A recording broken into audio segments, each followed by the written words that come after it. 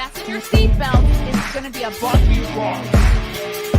Chrissie is hilarious. Chrissie, have you ever heard of the comedian Basha K. Ali?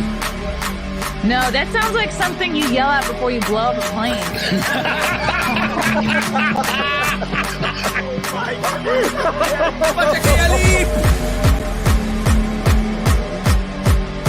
30 seconds remaining. But you know what, good thing to say, I doubt that we'll stand up to something. I haven't been disrespectful to you at all. I was very confused by the title, Everything Everywhere All at Once, because that's also what we call it when Ash takes off his shirt.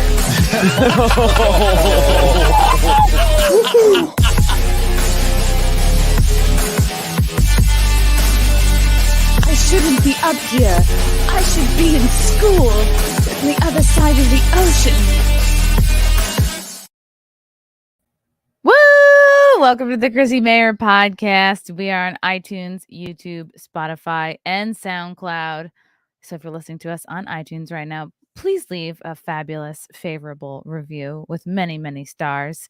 I'm going to shout out some stand-up dates I got coming up. Very excited to get back on the road this fall.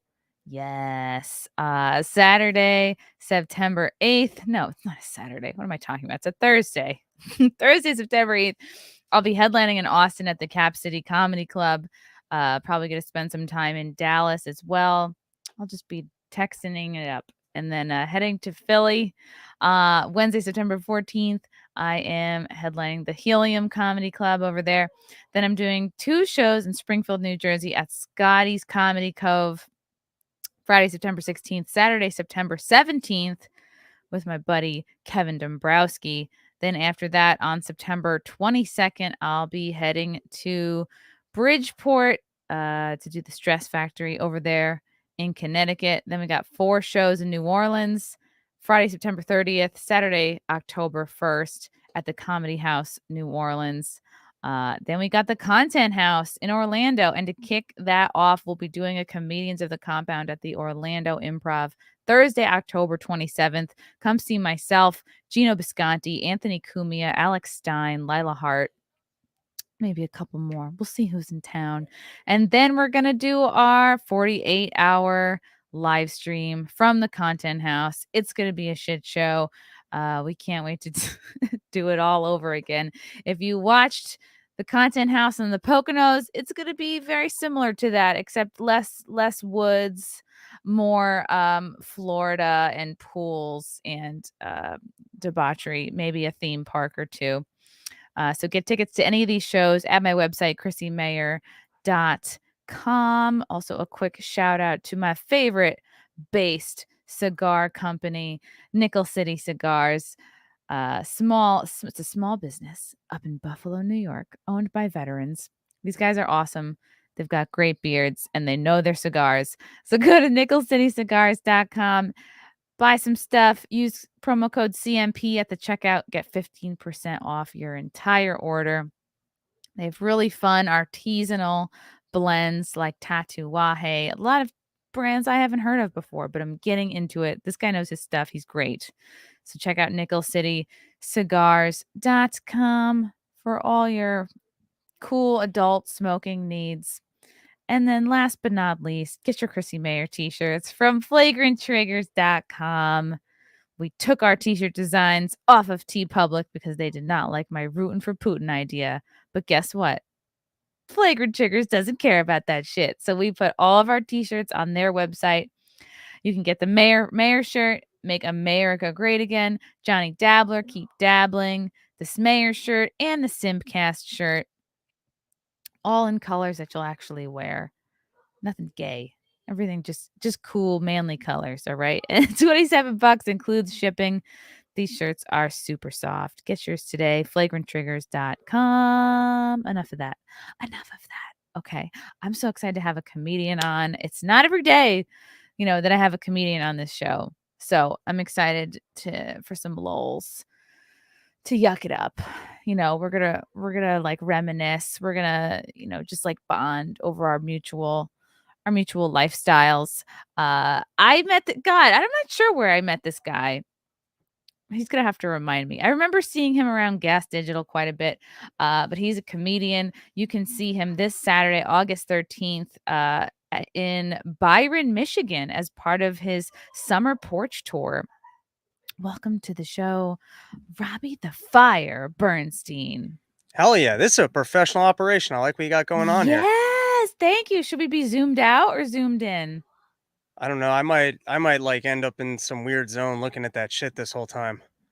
Oh, the background. With the floatiness. Yeah, I could do the Dumb and Dumber, pretend like I'm running the whole time. Yeah, It's I kind know of what you fun. mean. It feels like we're stuck in the 80s. All right. We'll try it close up, and then if you need a little space, I'll zoom it out. That's sweet of you. If I start feeling like acne growing while we're doing the show, If it's claustrophobic, yeah. How did you get the nickname The Fire? that was a Louis J. Gomez operation way back on the Real Ass podcast. He was like, "We're gonna call you the Fire," and then he made my Twitter thing right on the spot, and God bless that Gomez marketing spirit because people like it. So that's where that came from. Was he like your first sort of like, I don't know if you call him even like a mentor, but someone who's helped you out in comedy?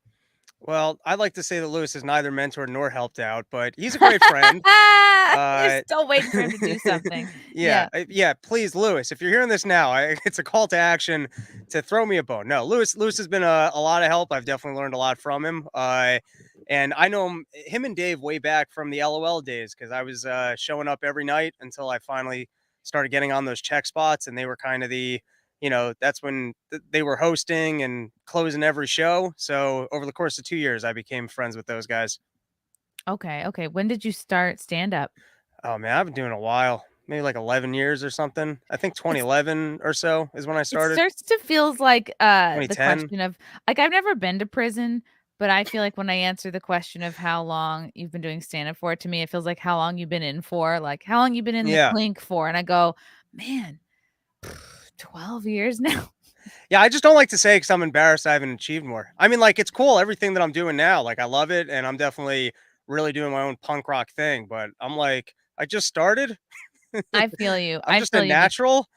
Because there's no way to start stand up like firing on all 4 cylinders. Like there's Yeah. no way you can start at full blast because you just don't even know. You don't know how to work hard. There's no path laid out for you. It's not like I'm going to become a nurse and I know exactly what to do. I know Right. exactly how much schooling to get, how much time to spend in hospitals, whatever. Putting my fingers, getting gerbils out of buttholes. I don't know what nurses do. That's just what I imagine, they do. I feel like you think that you start with the gerbil asshole things, like they give it to the rookies, or you got to like graduate to where you can handle that. I think you probably have to graduate up to that. Like if you, Do you think it's fun though? You look forward to it. You're like, yes, it's a gerbil asshole day. Or you're like, fuck, really? Again? I guess it depends on your teacher because like that act really separates the men from the boys in terms of like who has a future in this field, like how queasy are you? All right. Right. Go get Lemmy Winks, I would open up a clinic and I'd convince people that I could like sing it out. Like that flute, the St. Patrick's thing. You fluted you think you have such a good voice that you could sing a gerbil out of an asshole? I think I could talk it out of it, asshole. Maybe with like put things in to like lure it out, like almost fish it out. Maybe that would be the better way to do it. You just you have one person spread the cheeks. Okay. And then you drop like a fishing rod with something that the gerbil might be into. You think they put the gerbils in front first though? Because then I guess it wouldn't be able to see that you got something. I think they put them in head first because they're gonna run towards the middle of your asshole. Isn't there enough other things that you could put up your butt that wouldn't scurry to go? I feel like I'm a nervous person. And I just feel like, I mean, how many things have you put up your ass already that you've got into gerbil? Like you've really explored it all. You're done with black dicks. I feel like that would have to be. Yes, you would have had to be like, look, I've done it all. I need the X factor. I need something I can't control. I need a live animal to go up there. It just seems like a lot. I mean, it does seem like a lot. Yeah. I appreciate your pacifist attitude towards removing the animal from a rectum because most people would just be like, let's go in there with the tweezers. Let's go in there. Well, I feel like the other way that might be fun is just to give the person a bunch of laxative and see if maybe you can get enough buildup to like really just push it out naturally almost. Push it out. Oh my God. and then treat it like the person's giving birth. Like set up the room, bring in one of like those breathing exercise peoples, just prop up their legs, maybe have the partner stand on the side and hold their hand. Men can give birth. It's Yeah. just to stuff they've put up their ass. Wow, this is not how I meant to start the show, but I'm happy that it's going this way. Really? I was hoping I started today hoping I get to talk about gerbils and people's assholes. I'm like, how many people are actually doing that? Or was it just one guy who kind of like ruined it for everybody? Yeah, it's like AIDS with that monkey. One person did it, and Yeah. then we all think it's like a big thing, but it was just one guy. Yeah. And your other point that you made about like how much do you really measure? Because I feel like, yeah, I've been doing it 12 years, but honestly only working hard maybe 6 years, maybe 5 years even. And then it's like, do we count the pandemic years? Right. How much it's like, if some people are, I mean, we should all either all count them or all not count them. Yeah, I think they all count, and some of us just are lazy. Like or like work gets in the way. I've definitely had those years where you're like full time in a day job and you're like, fuck, I'm not really doing much comedy now. That's part of the hell of it, is when you know it's what you want to do and just shit keeps pulling you away that you can't be consistent. But I know that's that what makes it tough. I know that so well. I have had at least 1 or 2 day jobs literally just up until December when I got fired for not taking the experimental Good substance. for you. That's the best way to go. So I was like, okay, do I want to keep this job enough that I'm willing to risk like all my principles and potentially, my life? So I was like, yeah, no, I guess this is, I'll see myself out. So yeah, but I've always had like at least 1 or 2 jobs, and that's what's so hard. And you find yourself, you get jealous of people who, they don't have to work, or their parents pay for their rent and they can just fully focus. They can just write jokes every day. And a lot of times you're writing them like at your desk, like in between answering phones, or sometimes you have like a tough job where you're like, I can't even think about comedy until I leave this place. So it's been hard to fit it in. I wish I worked one more real job, because I feel like my one experience with the corporate sales job, I learned a lot, and I don't know. So it's not all bad. It gives you some character. But I also had the experience where I did 1 year of, well, I guess it's still like white, middle class, poor. I was living at home that year, but I had no money. Like I mean, I'd saved up whatever and spent that over the course of a year. And I found that wasn't fun. I thought, like, sometimes it's nice to be all in on shit, because then you feel like you got to make it work and you can make it your whole life. And really you're like, I'm going to figure something out. But then I also found, like, I showed up to comedy clubs, like, you're like, I need these jokes to work yesterday. Like, I need to be making money. You're like, I need perfect jokes. I need to get, and like, I don't know. I almost found like that put too much pressure on it. Whereas there's something to be said, in my opinion, to when you don't need the income from it, you're almost more of an artist, because you show up, you're just hanging out with the audience, you're doing it because it's what you love. So there's something freeing about that too. And there's no even guaranteed way to make money from stand-up. Like, you could be on point, your sets could kill. It just depends on what path you can take. Like, some comics really take the path of like, I really want to get past at every club in the city, and just do spots all night, and that's how you can like cobble together a living. Because these spots, like, some of them aren't paid, some of them are paid like $25, depending on if it's the weekend. If you're someone who's passed at the Cellar, what do they make? Like, do they make 200 a spot? I don't even know. 100? I don't even know what the Cellar pays. I haven't set foot in there in like 2 years. I'm like, because I would go and like occasionally hang out, because you're like, I have to occasionally hang out, right? Because then someone will take pity on me and be like, hey, can we put you on an audition? I don't know. I kind of stopped like barking up that tree after the pandemic. I was like, I'm not gonna. One of the things that's changed for me, and I don't know if this is a win for stand-up, but since I found like podcasting, and not that I film so many sketches now, but when I was filming sketches, it used to be if I wasn't at a club doing comedy or hanging out, I wasn't working. So, and like I had no functional human, like I was not a functioning human being. So it was like, that was the only normal thing I did in my day, was that it was something to move my career forward. Now I like most nights, like even last night I went and I did one spot at Old Man Hustle. I was done at 8. I was like, I should go maybe drift through the other places. I was like, I got to put together tomorrow's podcast, and I've got this video I got to edit. And, I came home, I did a call. So it's like, that's kind of changed for me, where it's like, I always have other work to do. So it's very difficult to like show up to an open mic or just hang out at a club. It's so hard to justify the aimless hanging out Yeah. and FaceTime, which was so much a part of the comedy scene, like, because it seems like we both started at around the same time. It was like, of course you have to go and hang out. How else do you get booked? And it was either a combination of like hanging out, you're friends with some producer, or you start your own room. Right. I don't have a great New York City club act right now, so it's like I don't like if I were to hang out and get like an audition spot at the Stand, I don't really have like a tight New York City bang bang bang 5 minutes. Like that's not. I don't know. I get up in front of the road of my audience. I got a lot of vaccine jokes, Biden jokes. Like I got transgender swimmer jokes. Like I just got. Even last night I got a joke about women are dressing like too sexy at the gym. And that was what I was building. I was building that as like my friendlier New York City club thing where I was like, all right, this is like a little bit more whatever. And I had to yell at I was like, there's something where like they just turn off and they're like, oh, you can't comment on what. And I'm like, and then someone's like, the joke's on you. I was like, yeah, I know that that's a me problem. That's the fucking joke if you would hear me out. I'm Oh, saying that it's a me problem. That's the joke I'm fucking making. I couldn't so yeah, New York City's weird right now. I'm not saying like if I didn't get up every night, I wouldn't just figure out how to like, yell at them in the right way that they're on board. But the idea of hanging out to get an audition spot and then get passed right now doesn't feel like the route or in the cards. a New York City crowd is like not a crowd that I'm like dying to get up in front of. Like It I doesn't feel will. good anymore. I don't know. I had a woman, like, she was in the front row, and I only, like, really like to perform in the city, like, and I only been back in the city because I wasn't performing anywhere that mandated a vax passport. I was like, "I'm just not fucking doing it," and, That like, changed a lot, by the way. yeah. The vax because now it's like it's not cool to me anymore.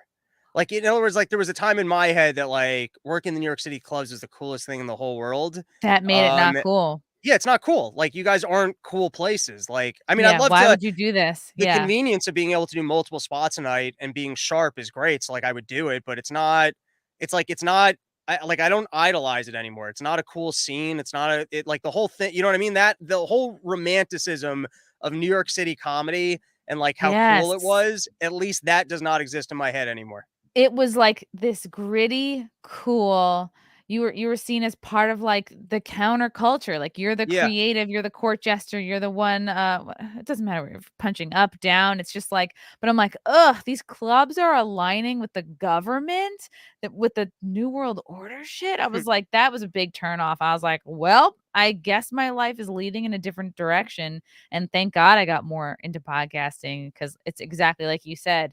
You're like, "I'm not gonna just, like, hang out and do nothing for 2 hours or just I could just, like, go home and work towards something." So, yeah, it was a real, like, the bubble was popped on trying to get past at more New York City clubs or, like, I just my goals really shifted away from New York City and, like, the mainstream comedy goalposts, like late night or a special to like, let me just look at the rest of the country because like every other state is making more sense than New York. So I'm like, I'm just gonna shift. And it's like, you perform at a state, you're like, oh my God, the most of the country is full of regular people who want to laugh.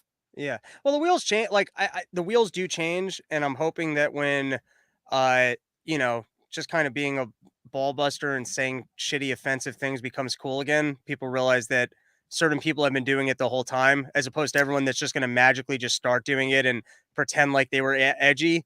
But at the Yeah. moment, what I do is not commercially viable outside of me building my own thing. And I'm aware of that, but like that's what kind of makes it fun and punk rock. Dude, I'm a fucking lame ass Jew from Connecticut that because the world becomes so lame, I can actually be cool and punk rock. Like that is Look the at gift the you. universe has given me. You're being cool. Okay, so you're from Connecticut. I was gonna guess Jersey.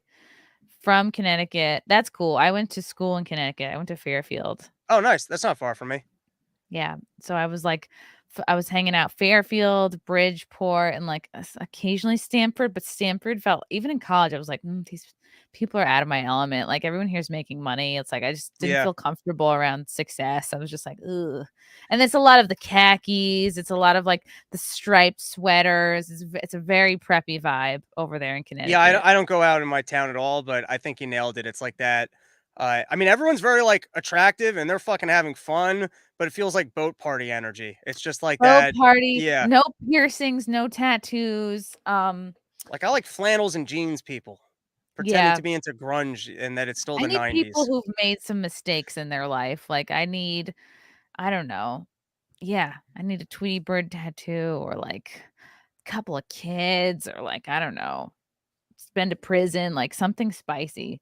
Okay, so you're from Connecticut. When did you realize like and it's such a gay interview question, but like when did you realize like, oh no, like I have to get into stand up? Like this I is was so I went to college for a finance degree and I found that world very interesting.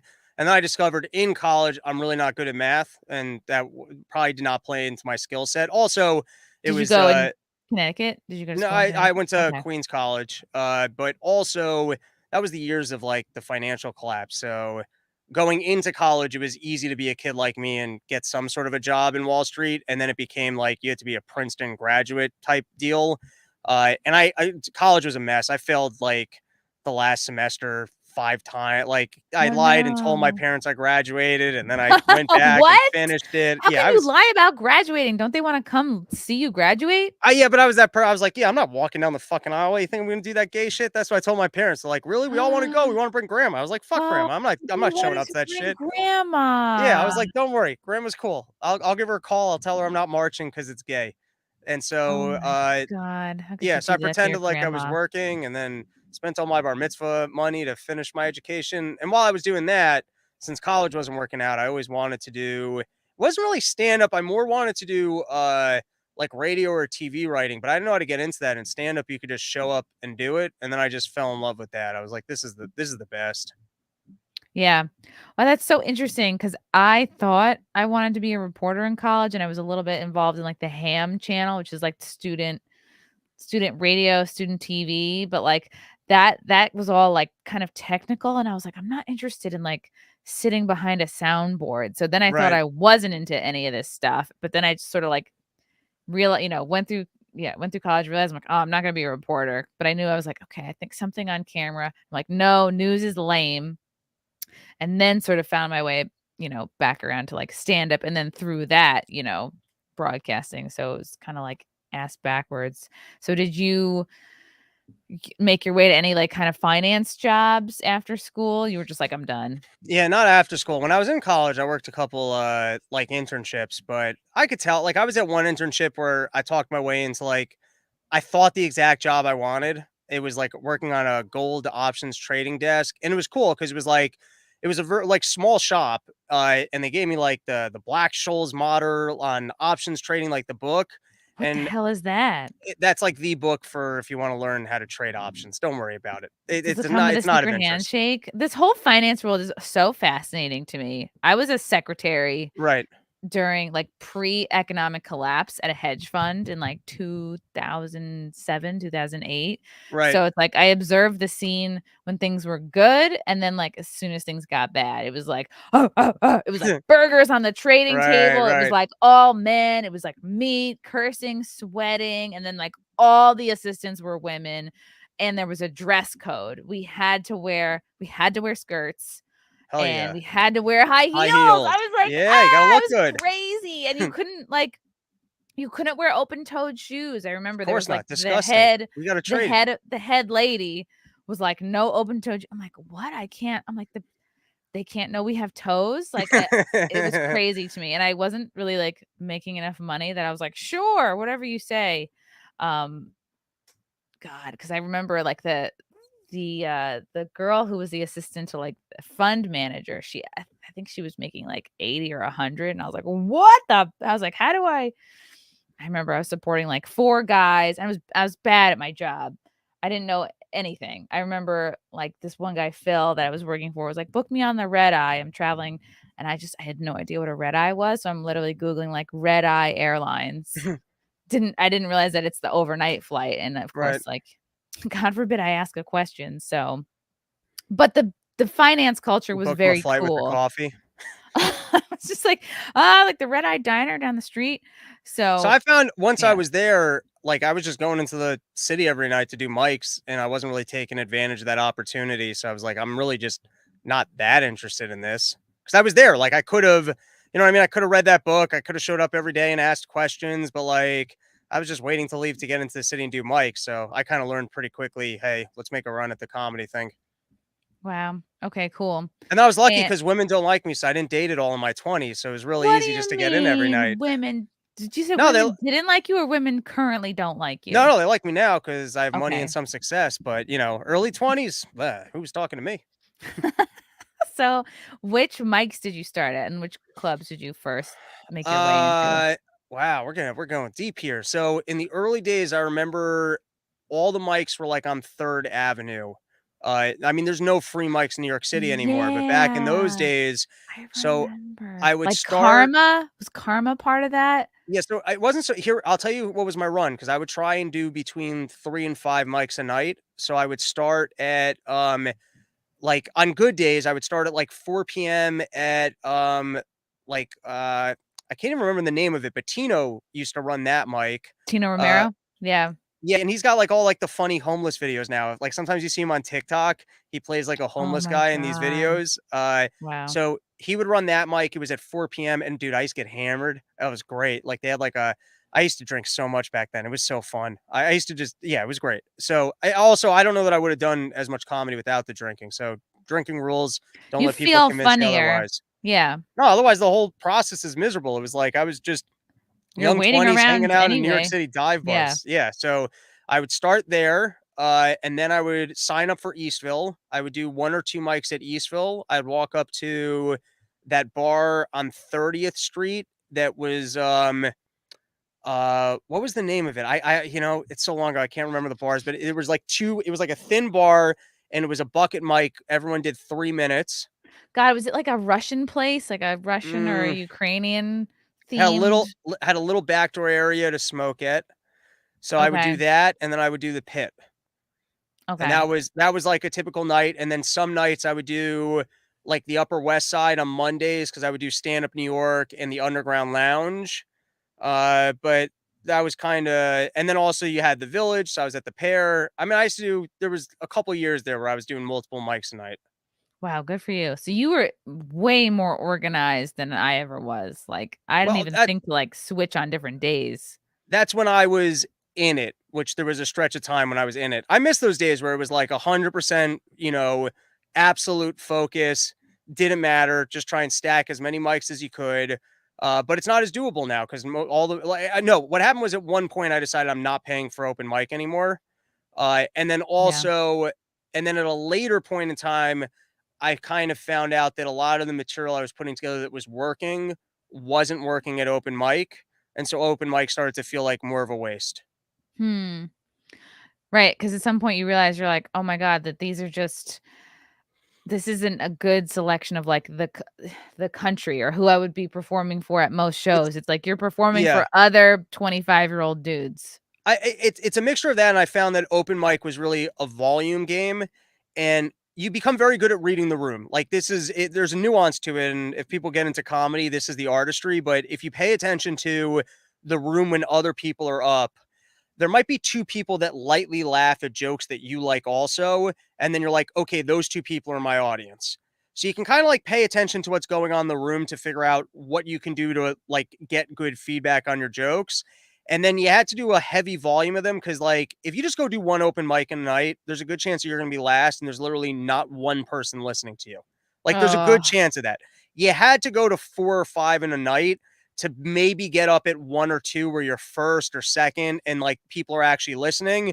And then all the other mics that you did in that night were a waste. It was a numbers game of getting to that one good one where you got to do your shit. So I did find that there was a lot to be said for you had to do a heavy volume of it. The other thing that kind of ruined the illusion with the mics was at that time the model was you had to get your perfect 5 minutes and try and audition at clubs. And so I remember I did that. It was like 3 or 4 years of the mics. You got your like audition set, and then you finally get up like at some of the clubs on check spots or on guest spots. And I remember like killing some of those earlier spots, and then you turn around and you're like, how come no one's booking me? Like, what happened? I did the 5, and then that also just kind of ruins the illusion of it a little bit. You think you're taking the steps, you think you're Yeah. doing the right things to get to the next level, and then you're like, "What happened?" Like, Yeah. You're like, yeah. yeah, it's like going to college, not getting the degree. You're like, I don't understand. I just did all the years with the mics, and I put together the material, and this room's laughing. Why doesn't anyone care? And then what you learn, which is a little bit sad, is that one, no one really needs good comics. Like Hmm. if you're good, you know what I mean? If you look back on what you were doing at that time, it was good. Wow. It wasn't Yeah. great. You know what I mean? It was Yeah. good. And they don't need good comics. You know what I mean? Like Ugh. there's an artistry to when you hit that great level, which right now, if you threw me up in a near, well, it depends. Like I just, with some of my stuff, if the crowd's into it, I might kill. And if they're not, they might just like ice me. So it's a little bit like flipping a coin. But you got some people in New York that like a Greer Barnes, doesn't matter what the room's like. That guy's it's gonna be excellent. You know what I mean? It's not Mhm. gonna be in the good category. Right, you figure out what kind of comic you are. It's like some people, it's just their personality. So with some comics, it's like they're just about their jokes. It's just about their material. Some comics, they just do amazing crowd work and can improvise. Some are really great, like topically, depending on like what's going on in the news. And you're like, oh, are they more like monologue style? And it just takes you years to figure out who you are, because it's like you're changing so much during your 20s anyway, just as an adult. Like I look back and when I hear other female stand-up comics, I go, oh my God, like especially if they're newer, I'm like, man, this is just like how I was when I started. And I Right. cringe because I'm like, oh, we're both talking about I like miss like men suck. right. It's like, Well, oh. I think that the hack lanes for female comics, the first one is I'm the biggest slut and other women aren't like me, but me, It's I'm so such a easy. slut. It's And so then they're easy to like, do why is that. everyone hitting on me? Well, you just went on stage Yeah, to a you were room of just people doing that can't get laid. you're just doing a 5-minute advertisement for yourself in front of a Yeah. room full of horny dudes. And going, no, but this is authentic. I know other women say it. So Ugh. that yeah. It And is that tricky because they always say, "Talk about what you know," and if you're a female comic, what you know is being promiscuous. That's kind of, you know what I mean? They go hand in right. hand. If you're pursuing comedy as a chick, it's like you're okay with being up late, you drink, you obviously are not trying to, like, race to, like, wife and motherhood, you know, you're obviously like, "I've got some years to dick around," you know? I think that was the probably 6 or 7 years ago that was true. I think now you got more of the I'm a feministy liberal and I'm gonna share my opinions. Yeah. So I True, think I true. think that's changed a little. Yeah, now it seems like most female comics are, yeah, they're just feminists and they were never planning on getting with a guy. So it's not like doing comedy is holding them back from anything. Or at least probably not the kid thing. But you know, I'm generalizing. I Yeah. haven't hung out at open mics that much these days. Who knows? Maybe they're all super cool. Yeah, I did a spot at the Pair. I think not this Monday, last Monday. I was so pleasantly surprised, like, and I went into it being like, "Fuck this crowd. This is New York City." Like last time I was here, some lady got upset because I made fun of her from being from Australia. I'm like, I had just very low expectations, and they were like a little base, and they were laughing at, 1984 references, and I was like really impressed with them. I was like, okay, all right, maybe Uh, I, I'll perform here. I even find in Okay. New York it's a volume thing because like if you get up enough, then well, I'm not big on like the the righteous bomb type thing or the I'm just working. It's like you got to entertain who's there. So like I kind of find like I'll test him on some topics. Like when I was working on more vaccine jokes, like I would just kind of like hit the jokes until they stop laughing, and then I would move on to like the next topic type thing. But then sometimes you just do it, find a crowd that's got the same opinion as you, and you can like do the whole chunk. But I do find that a lot of it is if you get up every night, then you figure out how to not just be like, sometimes even now, like I'll drive in, I got a show on the weekend. I got one new joke that I want to try so that I can try and get it done before I'm in front of my audience. But like the crowd, they don't give a fuck. But then you show up and you're like, shit, I have to like work and do my aim material for you guys to laugh. Like, that's not why I'm here. I just drove into Oh, like, you know what I mean? There's the like, yeah. so I do find a lot of it is if you get up all the time, then like you can figure out how to win them over. And I'm not doing that at the moment. At what point did you realize that you, as a comedian, were going to be engaging in wrong speak and scandalous topics? Ooh, that's such a tough one. I didn't think I was ever doing anything weird. You know what I mean? It's just like, but even I used to get up at LOL, and I had a bit. I put it out. You guys can check it out. It's on my first Misinformation Spectacular. And it was about fixing immigration. Agent Zero, anti-vaxxers. So 2021. Fair enough. Yeah, right. I like this guy. I think he's Fair. just giving us shit. No, fair enough. The world has moved on from it. What the fuck was I talking about? You were talking about were you talking about LOL? Oh You're yeah, talking I about figured. when you realized that you were scandalous. Oh yeah, because I learned like there were some topics you'd approach and the audience just like look at you like they hate you for even. And you're like, I'm telling jokes, but then sometimes you can make the jokes good enough where like they're getting really really mad, and then like you just keep digging in, and then finally you hit like a punchline that like wins them. You win them over, which is fun. But I find more now it's just the topics that I want to make fun of. Sometimes in New York City with certain crowds are just like you're not allowed to talk about this. So it's like I got a joke about the transgender swimmer situation, and the joke's great, it gets laughs, but sometimes like I just open up the topic, and people seem to have this attitude of like, "You wait, you're not allowed to talk about this." So They've already yeah. that's a Mhm. new one. It used to be like I guess if you were delving into dangerous territory, it really just had to be funny because you were otherwise more likely to turn them off. But now there seems to be a little bit more of a preconceived notion of just like if you open up a door, they're like, no, you can't open that door. Like they won't even Mm. follow you into the hallway to see if it's interesting. They'll let you know right away, like, "No, this is not a topic we are allowed to Yeah. laugh at, and we know what you're gonna walk into here, and we're gonna be morally upright and just tighten up as you even set up the premise." Yeah. I'm discovering that a little bit more. I'll figure out a workaround. It's one of those things like once you can kind of notice, and then like you can almost. I mean, I'm not comparing myself with Patrice, who's one of the greats, but sometimes like if you can notice specifically what they're uncomfortable about, and then you can call them out on it, then like it establishes control over them, and then they'll kind of like get back on board. Almost because like sometimes that's where crowd work even works is that they don't want to be made fun of. So if you start making fun of them, they'll Mm. laugh at your jokes. So they're like well, that's I like because they're almost afraid of being made fun of. So sometimes also if like if you've done it enough that you can really label what it is that they don't like about it, and then you can call them out for it, you've established a little bit of control over them, and then like they'll kind of follow you because they don't really you kind of it's almost like bullying them to listen and laugh because you're like I'm smarter than you and I know what I'm doing, Do but I'm you not feel there like yet right now.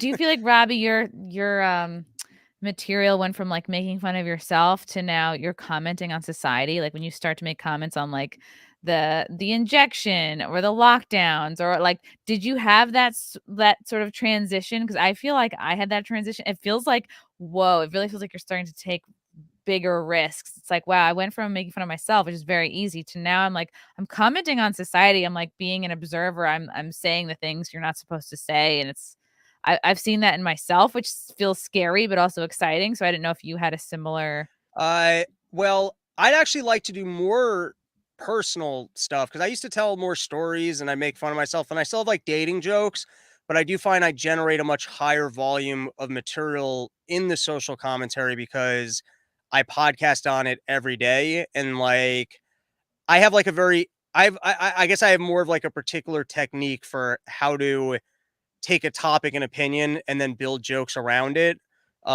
Where and this might be too technical for people. So it's like I have like a very particular way that if I have an opinion that I know how to like kind of or to take a news topic and like build jokes with that. With the personal stuff, because I just don't get up in front of crowds as often. I don't really have as clear of a lane to develop those. So I find now I'm doing more of the political stuff, but it's almost more uh easier is the wrong word. I have more of like a particular technique for how to do it. Okay. You didn't really answer. No, kidding. No, it's fine. I'm being a politician. Do I find that I do more political and social commentary stuff now? Yes, particularly because over COVID, I did like this misinformation spectacular. Well, actually, and then the year before that, I did the end of year because I had nothing going on. Everything was shut down. So I did like a daily show style end of year recap in my own style. And then since I did that, I've now done that twice. I'm going to probably do that annually. And so as a result, I do write more social commentary type stuff. Okay. And so tell me about summer porch tour. Summer Porch Tour is the shit. If you guys are out there listening, I just started doing these from fans' houses. It started off as a bit on my podcast where I didn't know if anyone was listening to the show. So I was like, if you're a fan, I will come to your house. I'll do an episode with you. That was the first year of Summer Porch Tour. So I went to a couple fans' houses. I did the podcast with them as my co-host. And now it's developed into I throw comedy shows from people's backyards, but it's like it's almost like a festival. At some of these, like, people can camp. I bring on some of these shows, we always do live stand up followed by a live podcast. Um, Ooh. yeah, so it's fun. It's like it's more of an event. People hang out, bring their own beers, bring their own lawn chairs. You bring your own food. You're not I in a love venue, it. so there's no like hard out. Sometimes we're hanging out till 1 a.m. You don't have to cut anybody off if they're Yes, super drunk. It's like, well, you're here at your own risk, buddy. yeah, it's also more flexible. It's like if the guy up in front of me is killing, he ends up doing 45 instead of the 20, it's fine. Like there's no hard out in the room.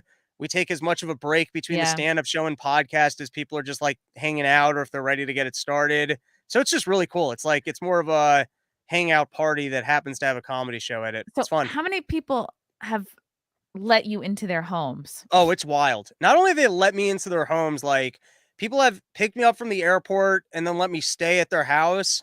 Like I've had like I've hung out with people's like kids, like I'm a part of people's family. I'm like, what about bobbing this? I'll show up and be these people's family for the weekend. And then we do the show at night. And, I would say about 60 to 100 people are showing up at these. There's something pretty cool about comedy culture, and I noticed this when I was upstate. I think I was in Tannersville, and I stayed at it was like a friend of a friend guy's Airbnb that he ran. It was like it used to be his childhood home, and then now it's like he literally houses like comics that are in town or also like ski and snowboard instructors during the winter because they were telling me that like they make so little money at the mountain, like they can't even afford to like Right. live nearby basically. I was like, "Oh, that's a bummer." Um, but there's something very carny like about like comedy culture and like comedy bunking and comedy crashing and like the condos, and it's just something like you really do feel like a carnival person because you'll be like sharing a house or a random house with like, oh, here's another comic who's featuring for you, and you've never seen him before, you'll never see him again, but you're literally living in the same house for a weekend, and that's just I normal. love it because I'm a bit of a loner. I mean, I'm here. I podcast from here. I don't like. I spend days talking to no one. It's kind of nice being a part of people's families for a day. Like I've got friends now. Like I've done these more than once in some people's houses. So like, I look forward to it. It's like a weekend with family. I'm like, fuck yeah, we're back at this guy's house. Do you notice these people have a room where they lock away the valuables? I haven't experienced that yet. No, it could be that they are. Actually, most of my fans have guns and they're not too concerned about me. Okay. I just noticed every time I do a Verbo or Airbnb, it's like, up, one room is locked. You're like, Oh, well, that's the way they do that's it in their fair. I'm actually staying with these people, like, they're at their Yeah. houses. Yeah, that's different than the Airbnb thing. You're like an exchange student. Yeah, exactly. Yeah. I love it. It's great. Oh, Cesario's a new member. Congrats. Congrats. No, thank you. What am I saying? I should be thanking him. Jesse Meek, can't believe I had never heard of you till Liberty Doll told me about you, and I think you're awesome. I don't care what Jeremy at the quartering says about you. Lol, just kidding. All right. Could have been a funnier comment, but thanks. Hey, he gave you $10. I'll laugh at it. Yeah, I'll take it. Junior, back-to-back great libertarian guests. Thanks, Junior, for the $10. Outlaw Thoughts. I want a winter porch tour just in Alaska. That could be interesting. I'd like to see Alaska, the Northern Lights. Can you ski in Alaska? That's the other thing. I get to get fun activities in. Like someone took us shooting out in Vegas. Like you Ooh, get to soak in a little bit of the outdoors. That's my thing. I don't know okay. what do you like doing on the road? I like getting outdoors and seeing the city. I love snowboarding. Yeah, if I can do a gig where I can, like, also get in Oh, you gotta a hit up my day on friend the Kyle. mountain. You gotta hit up my friend Ooh, Kyle. He does shows at Steamboat, and he's okay. libertarian. Kyle Ruff. Go follow I don't know Kyle where Ruff that is. comedy. Steamboat's I think it's the most expensive lift ticket in America, but it's out in Colorado. What? Okay, Unbelievable ski wow. mountain, and he runs shows there. He gets like some big comics there too. And I've gone out there now twice. Basically to go skiing. It's fucking fun. He's a It's really so funny comic great. too. I have him I need open for me a bunch. Okay. Oh, awesome. Yeah, I might be willing to try out like Colorado or something on the West Coast because like the last couple years the conditions on these mountains have been so bad between PA and New York Where do and you normally go? was it Sugarloaf? We went to one mountain that was like on the Massachusetts New York border, and it was so shitty. They just weren't. So many of these mountains just aren't even trying to make enough snow to cover, and it's like laughable. And you try to get a refund, they're like, "Huh, what?" And you're like, "Are you looking at this?" Yeah, you gotta go further up Mostly, into Vermont. mostly I'll go to Camelback. I want to try out Hunter Mountain next No, season. you gotta go to Vermont. You're at the small mountains. You're at the small Okay. New York, PA mountains. Those mountains suck. You gotta go to like Killington, Stratton, Sugarbush. Like you gotta get up there. Vermont, Maine. Okay. Okay, so any place that sounds like a nickname for your genitals is a good place to Exactly. go. That's actually what I'm naming to you. Sugar Bush? I love Yeah, that's that. what I name it.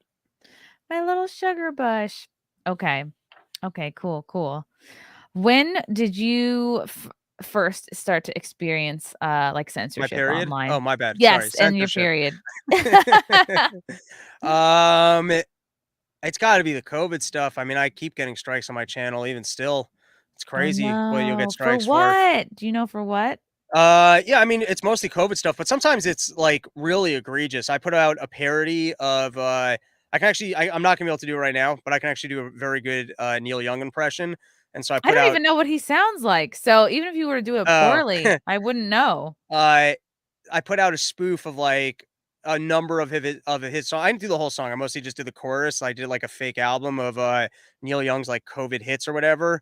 Uh And that was the most surprising one that they pulled. Like, that one got me, like, a full that one was shocking because I was like, "This couldn't be more like, this is clearly parody." The other one I got pulled for was, I don't even, I don't wanna get you in trouble here. Use code words. Okay, if you look at the pre-trial data from the Pfizer vaccine, which we pulled up the document, and I had a person who's very good at reading scientific documents, and we literally just asked the question of if this data is accurate, we don't understand how they made a particular recommendation. And we Okay. really phrased it as a question. And I even put up the title, Tell Me We're Wrong. And it was Right. phrased as, I believe, is it like everything would indicate the following. And it was very much us asking a question. I was surprised that that one, even within the vein of going, hey, here's what we're seeing. Can you tell us if we're right? I was surprised that that got pulled. Yeah, you can't Um, even mention it. yeah, and then You there can't even were question it. the most recent one I got a strike for was also, so it's mostly been COVID stuff that I've gotten strikes for. Okay. Yeah, I got something like that for talking to Aubrey Huff, and he was so fun to talk to. Um, Former major league player, and just super based and just didn't give a fuck. And then I learned my lesson. But it's interesting because we see what's happening with Alex Jones, who has had a target on his back for so long. Doesn't matter how many things he's been right about, doesn't matter how many truths he tells, they want to get him for the Sandy Hook stuff. He ultimately has to pay 45 or 50 million dollars. I don't know to who, but because of literally free speech, I guess. Saying his thoughts, no matter how wrong people perceive them to be, can get you sued. And it's really just like kind of we see like with the Trump raid, it's like they want to get him on something, so they're just going to go looking until they find something, or who knows, maybe they planted something even. I wouldn't put it past them.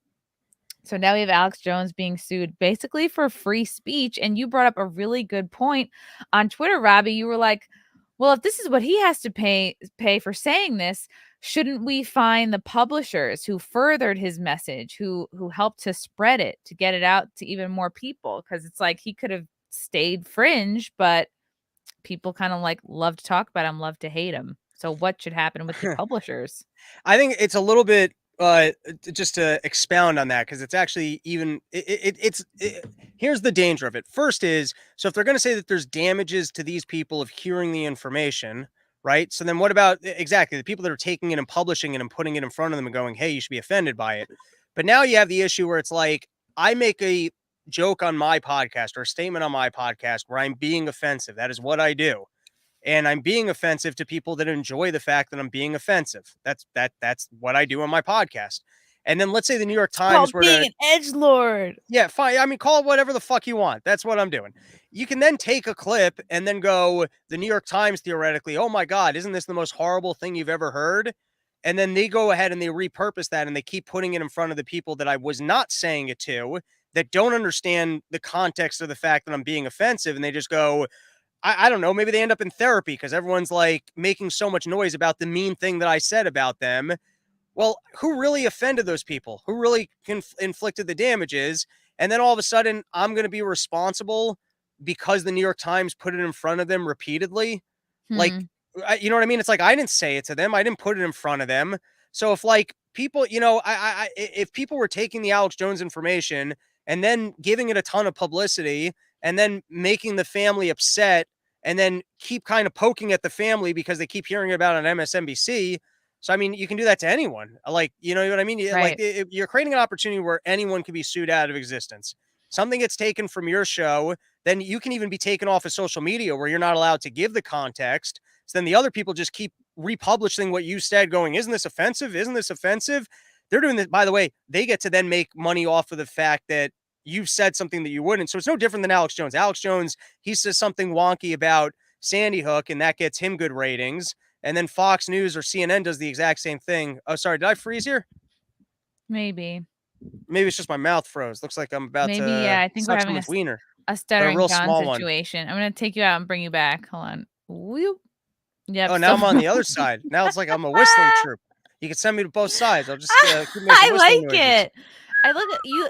My grandma used to have a little doll that looked like you do in your Frozen picture. It just had a piece of spaghetti that was like a piece of thread, and you could just pull it through its mouth, and then you could pull it back through the other side of its head. Ooh, It was like actually a gooey. Wasn't that like a Gooey Louie?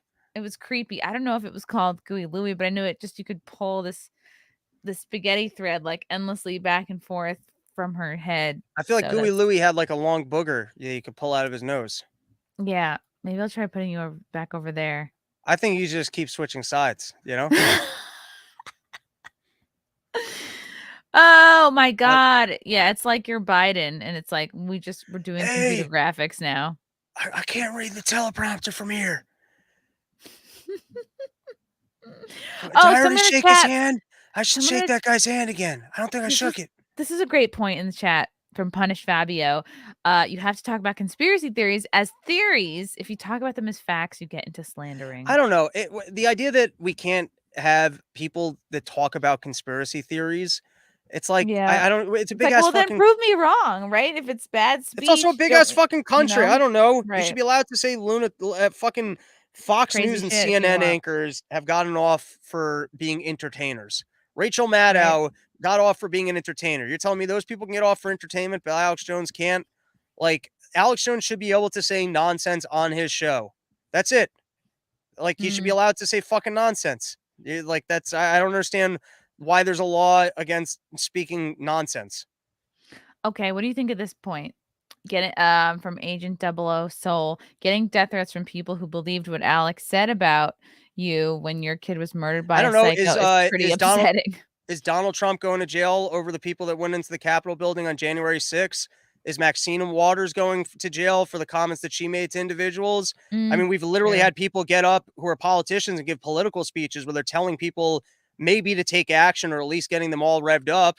I mean, when are you ever responsible? Like, you can't yell fire in a building type thing. I get that. At the end of the day, you are still responsible for your reaction. You will never be in control of what everybody says or doesn't say. You will only ever be in control of how you interpret or react to that. Yeah, I mean, Alex Jones was saying, I don't think they're believable. He didn't tell people to go to their house and harass them, as far as I know. That's true. That's true. He's just speaking his mind. I'm not saying that what he did was like cool or like not inappropriate, but that doesn't mean that he shouldn't be allowed to do it. And also in the context of what he does in the show, it wasn't the focus. He didn't spend a whole year on it. There wasn't a lot of material dedicated to it. And while I understand that it was inappropriate because he minimized the pain and suffering what these people were experiencing, he was speaking to a true theme, which is that we are at risk of government trying to take away our guns and trying to extinguish freedom. So he's actually coming at it from a good place, which is, hey, I'm concerned because I know that government will engage in false flags and they will do this to take away your freedoms. We just saw it with COVID. If you can get people fucking afraid enough, either through terrorism, through threats of virus, they will literally hand you their freedom and go, yes, tell me that I need to stay in my house. and people will yell at their neighbors. They'll tell on their neighbors. They will just hand their freedom over to the government without realizing what the consequence of that is. So, yes, Alex Jones got this wrong. What he did was inappropriate. He was still talking to a true theme that was coming from a good place. And while there might be some level of responsibility, I don't know, suing the guy as if he actually imposed some sort of, like, he personally damaged them.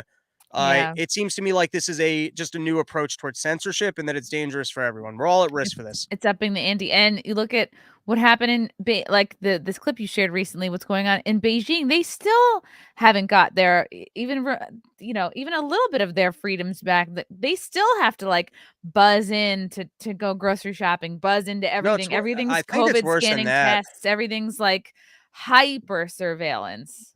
I think they have a system where there's mandatory testing, and you're constantly traced by your phone and by cameras at all time. And if you have a Ugh. red on your phone, which even means that someone that you've come in contact with just popped positive, you have to be in your house. You have to quarantine, And you and can't go past certain neighborhoods. You can't even yeah. walk in certain areas for like too long. I mean, It's that really video wild. of whatever town that was where people were locked in their Yeah, that was hell on Beijing. earth. I literally Mhm. witnessed I mean, that's the most horrifying thing I've ever seen in my life. Uh, I mean, that Yeah. everyone should watch these things. They realize what the threat of government is to our lives. I watch people who are locked in their homes for a virus that wouldn't kill them, starving to death, and people that Yep. have zero freedom on the name of a virus that a government at any point in time, for any reason, they can tell you either need to be in your house or not be in your house, and they can do it under the guise of a COVID thing.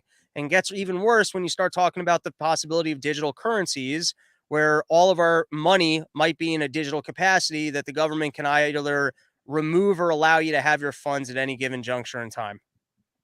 Right, and wouldn't they like to shut down someone like Alex Jones? Like, wouldn't they love to press a button and be like, "Oops, Alex Jones can't access any of his banks because he's just not a person we like. He's not saying the things people need to be saying." Yeah, like in Beijing, they're constantly being scanned. It's like 1.4 billion people just constantly hyper surveillance. They're now still on partial lockdown, but it's like they've created prisons for these people. It's very, very scary. And it's like, well, what the hell can any of us actually do ultimately? Other than vote, and then that feels like kind of hopeless too. It's like, is it even being counted? Like, so I guess we'll see what happens with the midterms. I think a big part of it is like not tolerating and peacefully not participating. Because government, like, even, I mean, they tested it with that internet censorship czar, that singing lady, and everyone went apeshit, and they went, "Oh, okay, we won't do that." So a lot of it is like Hmm. they have to Okay. test the waters. You know what I mean? Yeah. They can Be only, noisy. I call it, it's like they're a little bit like Freddy Krueger, where their power is only if people believe in them. So Hmm. it's kind of on us to just go, no, we're not Nope. cool with that. If Yeah. enough, like, on any given measure, because they want to remain in power, if enough people just go, nope, then they go, oh yeah, we're not going to do that. Ah, we would never do that. Oh yeah, we're taking that person out of that position. That was a bad idea. You're right. That wasn't a good one. No, that's never what we meant. So a lot of it really has to do with the education of people. Like, believe, like, even this new tax thing that they hired 80,000 people to essentially go after gig workers. Uh, Now the Yeah. problem is it's not going to come into play until like a couple of years from now, because, like, take some time before that gets put into action. But like, if enough of the news sources were to be honest about the fact that they're coming for gig workers, and everyone were to scream and yell about that, they go, because they have to sell it. They're lying to us. They're trying to pretend like it's Hmm. only people over 400,000. But if it gets to the point where there's enough stories on the internet of gig workers being like, hey, I just got audited, and everyone goes, what the fuck? Then, you know what I mean? They have to pretend like they're not tyrannical. And Right. it's kind of up to us to just be like, no, like, that you can't, that's too much. They can't be tyrannical off the bat. They're just like, oh, we're gonna float this out there, just make it seem like, You oh got to no, call out the just temperature yeah, changes. Like, if you got to think about it, like, we're, yeah. we're, we're the frog in the boiling pot. And so if you actually call out the temperature changes, they can't ramp up the heat. Mm-hmm. That's true. Yeah. You always have a voice and use it as long as you have it. Okay. This is very important. I need you to pick out which of these is the real owl? Ooh. I got it. Yeah? Yeah. So it's top shelf. What, you're telling me I'm already wrong? No. It's top shelf. It's 3 over from the right on the front row. Can I Okay, get 2 guesses? yeah, okay. I want 2 guesses. That's my first Okay, guess. wow. Okay, fine. He wants 2 guesses. Okay. Am I right? So your first guess is what you said, the bottom shelf? No, top shelf. Okay. One up from, like, there's that blue one in the middle on the bottom shelf. So if you go directly above that, the one that's got like the ET face that's white. Okay, and what's your second guess? My second guess would be on the bottom shelf, on the left shelf, the second one on the right. Okay. Those are the only 2 that look somewhat real to me. Yeah, I mean, the ones with the tags sort of give them away. All right, ready? Oh, I was right. It's this one. Yeah, there you go. With the ET face. It does have a squirrely little face, but the eyes are exactly the same. Yeah, and the hands give it away. Well, it's odd because that actually looks more like a toy than the other ones. It just looks like more of a plasticky toy. Yes, it So they looks like get almost taxidermy-like. Yeah, so what gave them away, though, to me, is that all the other ones are in the same style. Mhm. You're right. Yeah, they should have mixed it up a little bit more. Yeah, I don't like Man, when they came out I with think I these. found the one thing I'm good with. You got more of these? I'm I could play this game all day. I've always loved stuffed animals, but when they started making these with, like, the I'm on mushrooms eyes, like the LSD eyes, I don't like this particular style with these big, super huge eyes. If I They're have not. ever, like, hooked up with the chick and she's got stuffed animals on the shelf, it creeps me out. Oh, there's another picture of him. Are you kidding me? Wait, it creeps you out if there's stuffed animals on the wall? A little bit. Are you ready? There's Yeah, but stuffed animals you've in that basket. dolled yours up. It's like, they're in the baskets, they're not all looking at me. Mhm. You got the Christmas lighting, so that's not Oh too oh intimidating. my god, my camera just came off. What the fuck?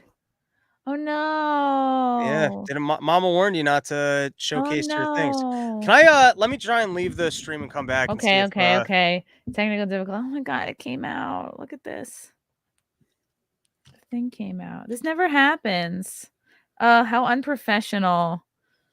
I need to do that. Like, I need to get one of those Krusty the Clown, like, retooling. Dirt. Literally the whole bottom just came out. Oh, now he's gone. All right, let's try it again. Oh my god, how unprofessional. A lot of you are tuning out right now, and I understand. And you know what? When you don't have a cameraman, you have to just do it yourself. Okay. Okay, we're back. We're back. Robbie's gone. I wore this shirt to the dog park today, and it's still kind of covered in dirt. Oh my god, you're back! Yeah, if I was funny, I would just be naked, but I'm not funny. No, that would be fine. I'm okay that you're not naked just yet. We're gonna keep this professional. Works for me. Okay. Yeah, it's scary, but what you said kind of gives me hope. Like, you can always make noise and show your disapproval. Just don't let yourself be walked all over. Don't just like let things slide. Yeah, no, I think it's important. I mean, I was yelling about the Alex Jones stuff. It was funny. I did a live show about it, and the audience was like, at first, like, "Why do you care about this?" And then I kept Oh, it's like, like, why do you not care? I Like, what's know, I wrong with kept you? hammering like the trial footage of the lawyer literally saying, like, we have to get rid of him. This is up to you guys to penalize him. Like, he literally said it's Whoa. about censorship. He said to them, like, this is your opportunity to make sure that Alex Jones can't. I don't know if he said speak again, but he literally, if you look at the opening of his closing remarks, he's talking about this is your opportunity to make sure that he gets censored. And so I was showing, and then Ugh. there's the clip of the judge, and the judge basically says, like, this is not a fair courtroom. We've already said that you're not allowed to say that you're innocent. Like, well, here's what happened was basically they said that he lost on the grounds that he didn't participate in discovery. And so he was guilty before the trial even started. Right. But then, like, how do you ever get in front of your peers without it being editorialized by a judge? And then even so, if like you're guilty before you go to trial, but now the trial is about how much you owe. So then the question is, well, how guilty are you? So how do you prove that you're not that guilty if you're not allowed to say that you're innocent? You know what I mean? It kind of Right. puts you into a pickle. And so she wasn't allowing him to talk about free speech. He wasn't allowed to like talk about, he wasn't allowed to say he wasn't guilty. It's like he went into court as a guilty man for them to establish how guilty, but like you got to be able to defend yourself. It was a weird structure. I was so surprised to hear the other day, like, I listen to the radio when I'm driving to the gym because I'm old school like that. I'm like, let's see what's going on the radio. And I forget what station it was, but the morning guy's called Elliot. It's like Elliot in the morning. I think he used to be on like Z100 or something. But like, I was so shocked to hear his elation, it was just expressing how happy he was that Alex Jones was like, oh, they got him. Like, I was like, the fact that this morning radio guy feels so comfortable shitting on Alex Jones, like, I don't know. I just felt like really inappropriate. I'm like, aren't you supposed to be neutral on terrestrial radio? Aren't you supposed to be like, here's the information? Like, I don't know. It gave me a bad feeling, like how bold and confidently he was just like, good, get him, fuck him. I was like, whoa. Yeah, I don't know. It's just, it seems like a scary new way beyond taking people off of social media, to be able to engage in censorship like that. I, you should just be allowed to say dumb shit in the context of a Mhm. radio show, or at least I You hope, because also that's what I do. you should also be able to send nude photos of your wife to Roger Stone. This just came out. Hell yeah. Alex Jones sent nude photo of wife to Roger Stone. Sandy Hook lawyer reveals. Picture was among the cachet of messages inadvertently handed over by InfoWars host to oppositional legal team. Oh man, You're supposed that's to not send. You gotta like, firstly, if you're gonna show nudes, it's inappropriate to send the nudes. Like, it's one thing when you're hanging out with your friend and then you could be like, look, but you can't ever send the nudes you're getting. You know what I mean? It's like, enjoy the nudes that you get. I think And if it's a really close friend, you can show off nudes. Now, if it's wife or girlfriend, that's at your discretion. And then sometimes, like, the lady has to kind of be of the character where she's sending you something because she specifically wants to show off. And it's like somewhat implied that if you're showing that to one or two friends, that would be appreciated in a way. You know what I mean? But like, you can't text that to someone else. I think someone else shouldn't be able to send your nudes to someone else. I think it's That's okay what to I'm send saying. your nude, like, But to show them, like, yeah. if you were dating a dude and he sent you a nice hog piece, would you show that to your A female friends? girlfriend? I Yeah. might. Right, but you wouldn't text it to them. Texting, it's like, that's No, not 'cause cool. now it's out of your hands. Now Yeah. it's like, you don't know where it's going. Yeah, you're Roger responsible Stone's a for cool that. dude. I get it. Let's see. Accidentally gave his legal adversaries a nude photo of his wife that he had texted to Roger Stone. The seemingly farcical but entirely true development was the latest bit of fallout since one of the attorneys for a family suing Jones for defamation revealed last week that Jones's own Yeah, lawyer had phones inadvertently handed over numerous texts. phones keep too many, like, I've deleted nudes off my phone and then found out, like, they're backed up in Google Photos, and I was like, I didn't even know I had Google Photos. Oh Or I've man. also had that I've deleted it off my phone, deleted it off of even within the conversation, but then if you click on the conversation, you can see all photos that have ever gone back and forth, so, like, there's still, like, a record of it. So, the important thing is if Yeah. you're taking pictures of your dick, make sure that it's good ones. Mhm. Yeah, you Right. don't want the bad ones ending up out there, just, like, make I sure. know that every nude photo I've sent has been something that, like, you have to know as soon as you hit send, you're like, "You know what? I'm okay if a lot of people see this because it's out Yeah. of your hands. It's in You're the like, it belongs to the cloud now." in a worst case, like, I don't want anyone to see this, but in a worst case scenario, it'd be a Are good you advertisement. Yeah. Don't send something bad. Yeah. Um, yeah, I still worry about, like, exes releasing, like, nude photos of me from when we dated. Really just one in particular who, is kind of vengeful these days. So, I don't know. Hopefully not, but if it does, What a dick. I don't know. Yeah, it's gonna be fine. Or it won't. It'll be fun either way. But I just think it's funny that Alex Jones is sending nudes of his wife. Damn. Yeah, it's really crazy. Wow. How is he gonna get all this money? So he's not gonna actually have to, I recommend to anyone interested in this, because I'll give you the bullet points. Okay. But Oh my God. I'm so bad with names. The lady who just left The Hill, she does the best. She's doing the best news coverage right now. I forget her name though. But she explained that it was punitive damages was like the 40 million was punitive damages. And in Texas, there's a law which actually is very fair that the punitive damages can't be more than a specific multiple above the economic damages. So the 40 million punitive damages are the max that he could have to like do. But economic damages are like your missed work, your therapy bills, your this. So it's like the max economic damages they could have had from whatever he was saying about them. I don't know, a couple $100,000. I mean, like even if they both took off 10 years of work because of it and they were making 200 grand a year as to we're talking 2 million, you know what I mean? So it's like you're not going to, he'll end up maybe it's going to be a couple $100,000. Whew. All right. Or maybe a couple million. It's just not going to be 40 million because it can like there's a max multiple above the economic damages. And I don't really know what economic damages they can prove. Like they're not Johnny Depp that they weren't able to go make $40 million movies. You know what I mean? Yeah. So it's like what specifically changed? I doubt that they hired security guards that cost them $1 million a year. Right. He's already declared bankruptcy, so that helps. Yeah, I just hope he's going to be okay. But you know who's not going to be okay is Courtney Cheney, because she was charged with murdering her boyfriend at the Miami airport. Oh, no, apartment. Wow, I can't read it all. Courtney Channing from OnlyFans. Let me see. Is You see, this fun little video she going to tell us? has the Oh my God, she's hot. Of course she's hot. 25-year-old influencer who goes by Courtney Taylor on social media was arrested in Hawaii, is currently awaiting extradition to Florida. Well, she'll face a second-degree murder charge for killing 27-year-old Christian Abumseli. Why did she do it, Courtney? Why did you do it? She did it because she's got that crazy hot chick problem. That she Okay. thinks nothing can ever go bad. Like Okay. mentally, she doesn't realize that she can be held accountable for murder. And whatever her boyfriend, yeah. whatever her boyfriend did, she's so used to everything going right in her life. She thought it was just whatever he did, nothing is ever supposed to go badly for her. So she killed him. Right. And then she also thought that she would just get away with it because nothing bad ever happens for her.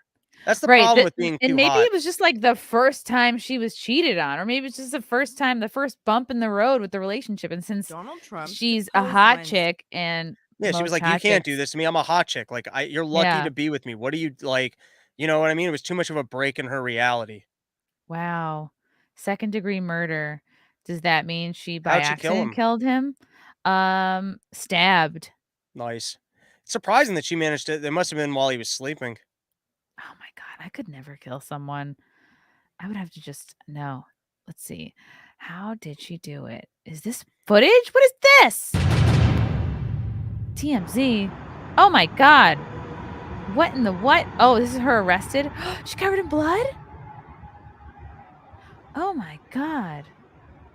Ew. What's that dog doing? Licking the So blood. This is her. Okay, this is not really the quality. Okay, she's on her knees, covered in blood. This is not really the visual I wanted to give people. Wow, so she stabbed her estranged boyfriend. It was a domestic incident. Oh, wow, this is the video moments after it happened. That's gross. So she imagines she's covered in blood. Oh my God. Whoa. Imagine stabbing somebody just in a bra. I couldn't. I'd have to be fully You feel dressed. fully dressed. Yeah. I'd have to be wearing a turtleneck. I'd have to, This doesn't look like this was that well thought out. no. Oh man. This is not good. See, once you get to a place where you're doing matching bathing suits with a girl, like I think you're too close. You're too much wrapped around her finger. Okay. Wait, you think she picked it? Maybe he picked it. Yes. What straight man wants to match their bathing suit with their girlfriend? Not me. Wait, what's happening with his nipple? Is it half gone? I don't know. Maybe it's just a picture. The point is, he should have known at the matching bathing suit that this woman was trouble. That's a sign. Yes.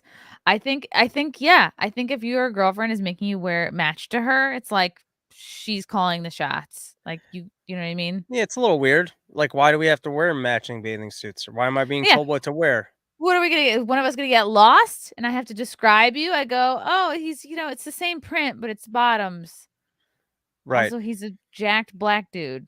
Also here's his name. Oh Oh, man. wow. Would you get stabbed for this girl? I don't, I I don't have a ton of patience up front. Like, even if you're Okay. hot type thing. Okay. So, like, unless I'm like drunk and you're kind of throwing it at me, I'm just like, I want to go home and eat food.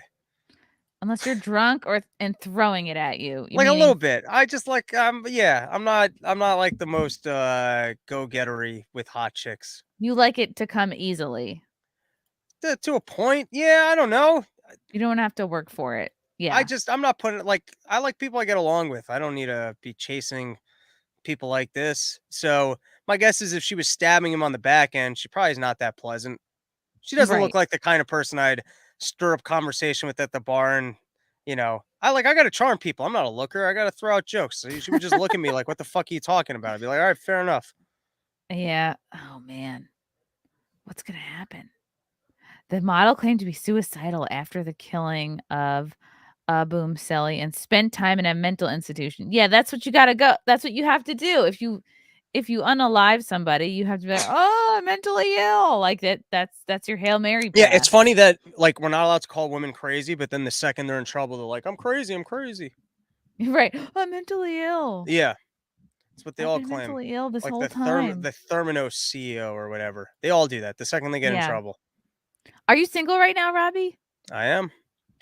Hear that, ladies? We do have some lady listeners. Hell yeah, I was lying. I love a good chase. Yes. I'll charm the hell out of you.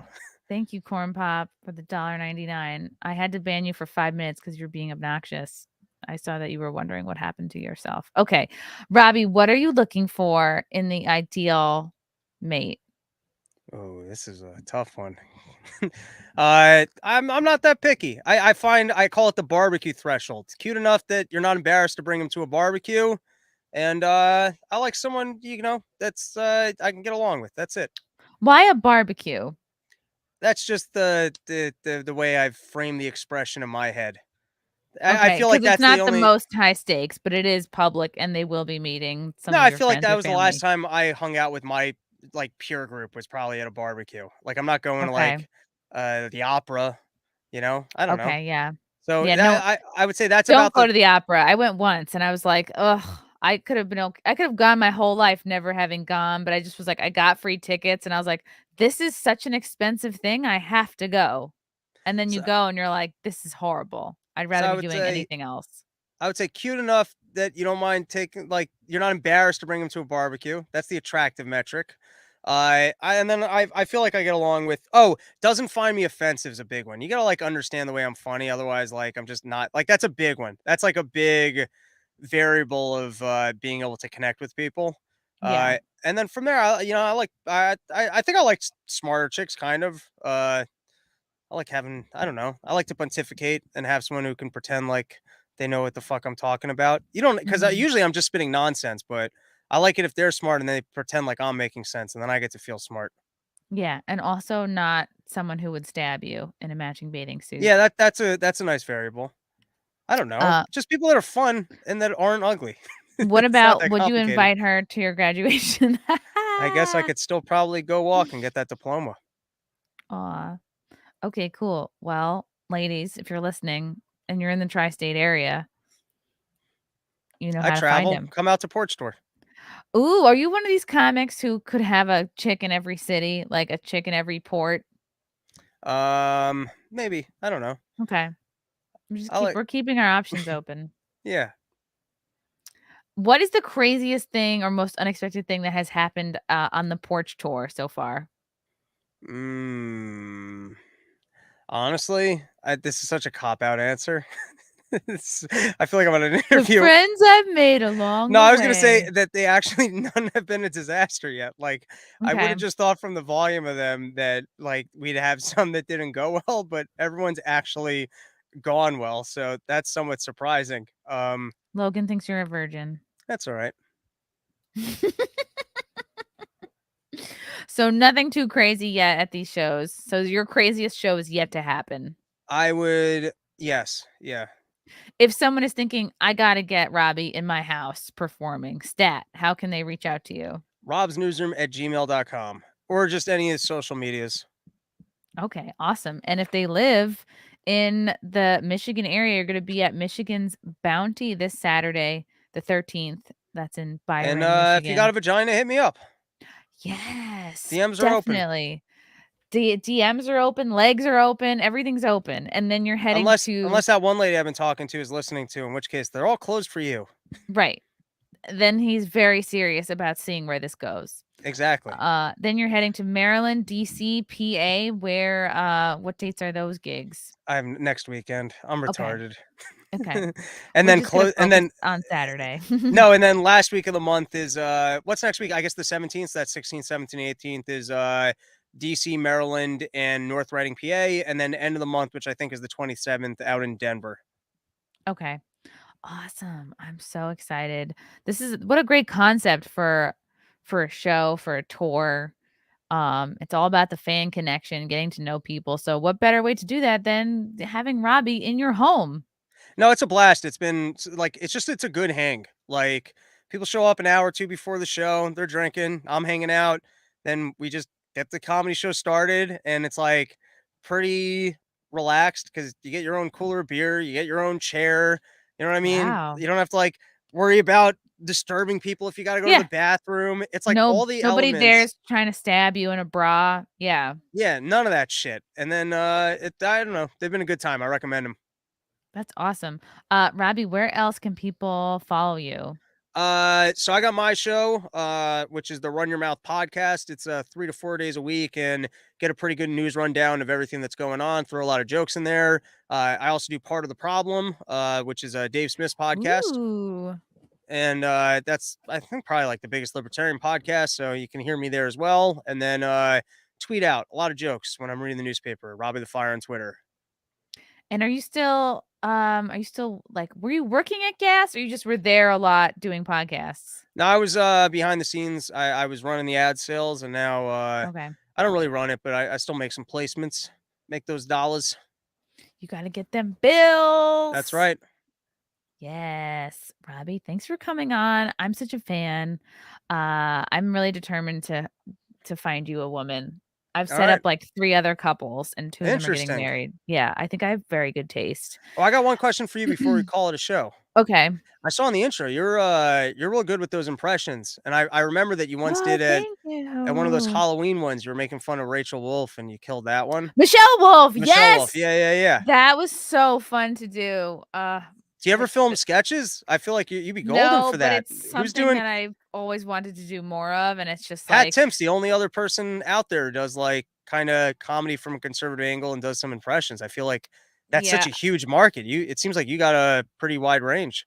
I would love to do sketches. That's the thing, is like they take a lot of planning. They're not impossible. I'm not making excuses.